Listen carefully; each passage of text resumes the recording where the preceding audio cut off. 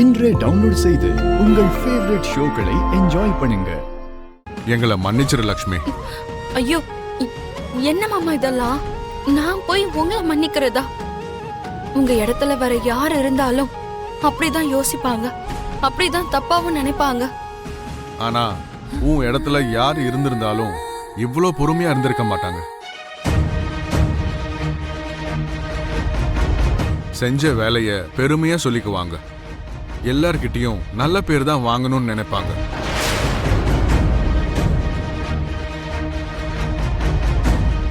ஆனா நீ மட்டும் நாங்க எல்லாரும் எங்க வருத்தப்படுவோமோன்னு யோசிச்சு உண்மைய வெளியே சொல்லாம பழிய உன் மேலேயே போட்டுக்கிட்ட.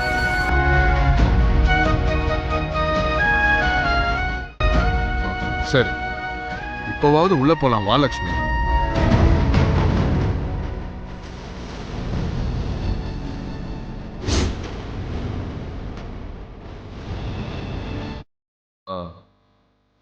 என்னம்மா இன்னும் யோசிச்சுக்கிட்டு இருக்க?